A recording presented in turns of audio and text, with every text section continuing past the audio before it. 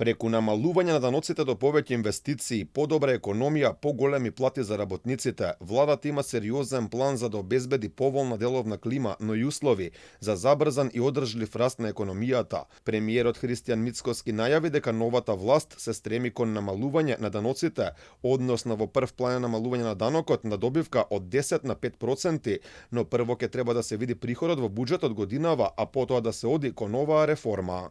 Прв чекор кон намалување на даноците ќе биде оној данок на добивка кој што се плаќа сега и сите мултинационални компании кои што планираат својата добивка да ја консолидираат овде, кај нас, а таа добивка изнесува 50 милиони евра плюс, ќе добијат, би рекол, субвенција и начинот на пресметка на таа добивка ќе биде до 5%. Ако сега беше до 10% фиксна, во овој случај ќе биде до 5%. Помошта на домашните компании е една од главните цели на македонската влада, поради тоа секојдневно постои комуникација со бизнис секторот и стопанските комори. Мицкоски вели дека примарен приоритет е македонските компании да растат, бидејќи тоа ќе придонесе за раст и на сите други полиња.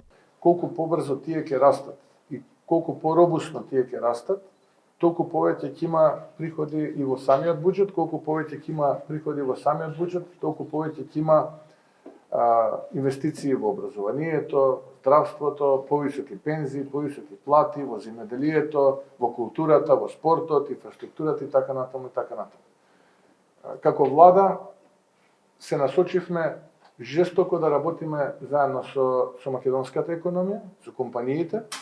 Првиот човек на Стопанската комора на Северозападна Македонија, Менди Кира, изрази благодарност за оваа средба, на која што се разговарало за важни теми за бизнисите во државава, како што е најавената помош од 250 милиони евра за македонските компании. Велика и бизнис секторот постои радост што во првиот месец од владењето на новата власт стопанството е еден од главните приоритети.